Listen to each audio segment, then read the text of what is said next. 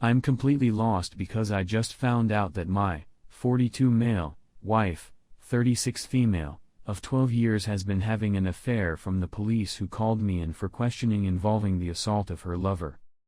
I'm not sure what I'm doing right now. I'm not sure if this is the correct sub or even if I should be posting this, but I don't have a clear head right now and I'm here to seek guidance. My wife and I have been married for 12 years. We have a wonderful 11-year-old kid. I believed we had a nice marriage until last night. I always believed I was quite kind to her. We don't have any financial or intimacy issues, and I've never taken her for granted. Every morning, I honestly thank God that she is my wife. Now I'm at a loss for words. As I was leaving work yesterday, I received a call from my local police department. They asked if I could come to the police station right away. I panicked and inquired if anything had happened to my wife or kid, but they told me not to worry and to hurry to the station as soon as possible. When I arrived, they placed me in a room with a table and seats. They asked for my name, which I supplied, and then they began asking me questions about a man my wife works with. I haven't seen or talked to this person since my wife's business Christmas dinner in December 2019. The two cops continued questioning me, such as how long have you known and how did you find out? What are you talking about? Was the only response I could muster. After approximately an hour, I just stopped answering their questions and began asking where my kid and wife were and whether they were okay. We just continued going around and around for about 2 hours on and off because they would leave their room for 15 to 20 minutes then come back and start it all over again like some cheap police show. The officer gave me a tablet and showed me a video of my wife and the guy from her workplace having the last time they came in. I don't remember much after that, all I remember is yelling, "What the F is this?" again and over. I experienced a full-fledged panic episode in the midst of the police station. The cops had a paramedic examine me, and he claimed my blood pressure was about 170/110. He urged me to go to the hospital, but I refused, saying I needed to locate my wife and son first. After I calmed down, the cops informed me that the man in the video had an affair with my wife, as well as numerous other women. He'd been beaten, raped, and set on fire in his driveway that morning. He was still alive, but in serious condition, and no one knew whether he would survive. His wife had granted them permission to search his phone and computer, which is where they discovered the footage of my wife. They inquired where I was that morning, and I told them I was at the gym, and then I worked around 10 minutes away from my gym. At that moment, they told me I could leave, but I shouldn't remain at my home since they didn't know whether his involvement with my wife was the reason he was assaulted. They also claimed that my wife was not the only one with whom he was having an affair. That's when I went home. My kid was staying with our neighbors, so I went to pick him up and bring him home. We packed some clothing for him as well as his laptop for school. I got my rifle and we drove 45 minutes to my folks' place. I haven't heard from my wife in a long time. Her phone has been routed to voicemail. I contacted the cop who gave me his card, and he informed me that she is in the hospital with the man with whom she has been cheating. I'm lying in bed with my kid on one side and my .38 on the other.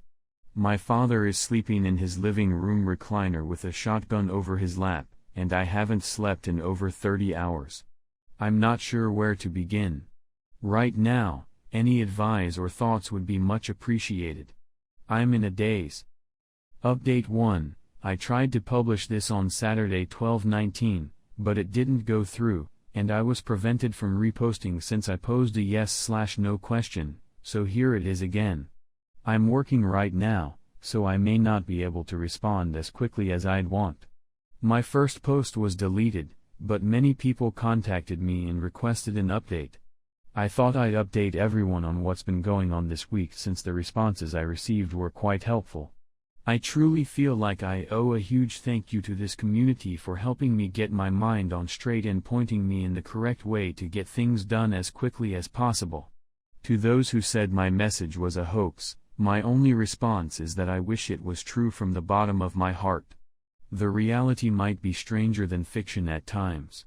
Those who said they couldn't locate a news item should be aware that owing to the nature of the incident, much information was concealed.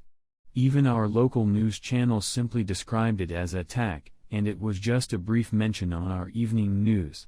Those who indicated or openly said, "The cops wouldn't do that," are completely incorrect, since they did. My lawyer informed me that cops can practically do or say whatever they want, particularly if you aren't being detained, short of outright threats of violence. That includes lying right to your face, which is exactly what they did. When I called the detective, it turned out that my wife wasn't in the hospital with her lover. She had been admitted to the hospital's mental ward earlier in the day, while he was still in surgery. I'm not sure why they'd lie about it, but they did. Needless to say, this experience has made me distrustful of government enforcement. When I awoke that afternoon, I called my uncle's legal partner, a family acquaintance. He arrived to my parents' home and sat down with me to discuss my alternatives. His whole legal company is now representing me in both the divorce and criminal defense proceedings. On that day, Sunday, he obtained an emergency custody order as well as a protection order against my wife for myself, my kid, and my parents. Our next court appearance is in 60 days. On Monday, while she was leaving the psychiatric facility, she was served by the police. She did not take it well, according to her brother, who is a close personal friend of mine. For the time being, she is living with her parents. I still haven't spoken to her, and she hasn't made any effort to speak to me either. Whether this is due to embarrassment, indifference, or the order of protection, I'm not sure, but I'm pleased of it. My wife is not the person I thought she was, and I'm embarrassed that I didn't see this sooner.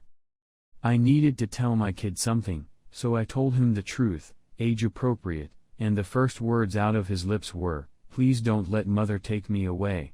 I asked him why he would say that, and he told me that my wife had been treating him very harshly while I wasn't there, and she had threatened to take him away and my son would never see me again if he told me.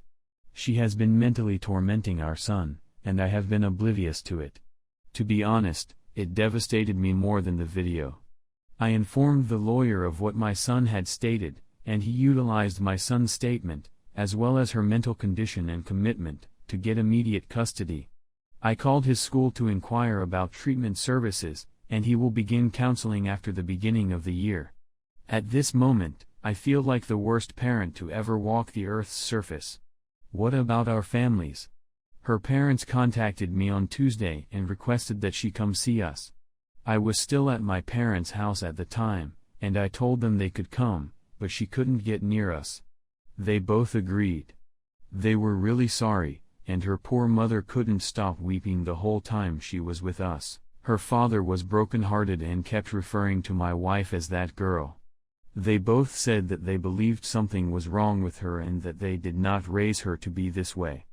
Before they departed, we embraced and sobbed, and I promised them they would always be a part of our life no matter what happened with the divorce. According to what my kid informed me, their visit was the most difficult aspect of our whole process. So far, my attorneys have done an outstanding job. They discovered that the guy my wife was sleeping with had a lengthy criminal history. When they proceeded to print out the guy's arrest record, the printer ran for 5 minutes straight, according to one of the attorneys. He is presently on parole for narcotics charges and has had gang links in the past, according to what they could discover. He is still alive, but he is in serious condition and may not survive. An investigator from the company called the coworker who transported my wife to the hospital. My wife's adultery was an open secret at the company, according to a colleague. My attorneys believe that's how the cops determined who I was and who my wife was on the video. There are some images of my wife and myself from last year's Christmas celebration at her workplace. That is where I am right now in this predicament. I'm absolutely numb, heartbroken, and lost. How long does the numbness persist, and is there any way to get through this emotional sluggishness more quickly? I mean completely numb, like if in a dream.